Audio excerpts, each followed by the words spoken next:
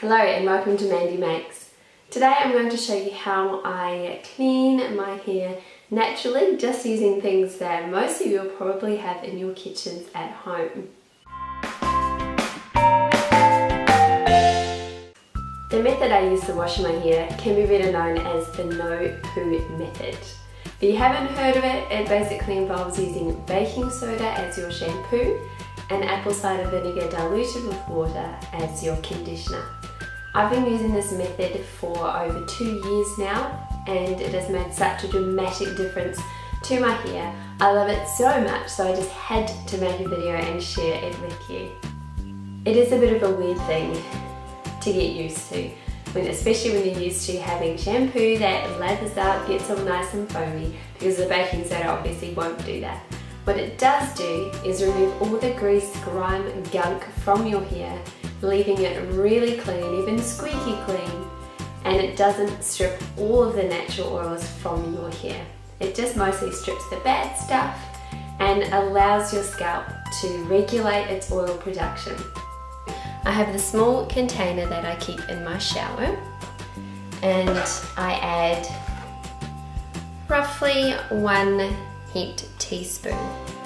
Now, when I started, I used more than this because I was getting used to using it and figuring out the quantities that work best for my hair. But right now, I currently use about 1 heaped teaspoon. When I started, I used about 2 heaped teaspoons. Next, for my conditioner, I keep the spray bottle in the shower, which is made up of diluted apple cider vinegar. I know it's an odd shaped bottle, so it's hard to get the proportions quite right, but I fill this up about 1/4 with apple cider vinegar and then the rest with water. And that is something I've kind of played around with to figure out the dilution that works best for my hair. So the way I use this in the shower is I wet my hair completely to start off with. I take my container with the baking soda in it and I fill it up almost to the top with water from the shower and just swirl around with my finger to make sure it's all dissolved and mixed in well. And then I pour this mixture over the scalp, taking particular note of the areas that do get a bit greasier or oilier around the forehead, around that hairline.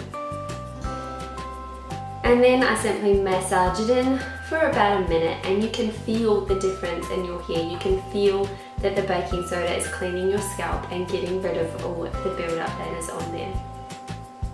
Once I'm satisfied that I've got that all massaged in nicely, then I rinse it out, squeeze out the excess water in my hair, and then I spray the apple cider vinegar through my hair, mostly just on the ends of my hair. I don't often spray it around the scalp.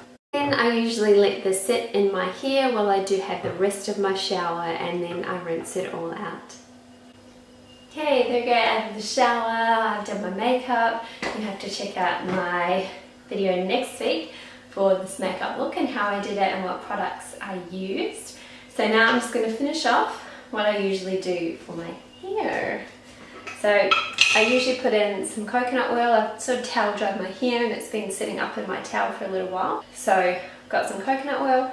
Just going to put a little bit, don't need heaps, to the palm of my hand and mostly run it through the bottom half of my hair, making sure to get the ends of my hair coated.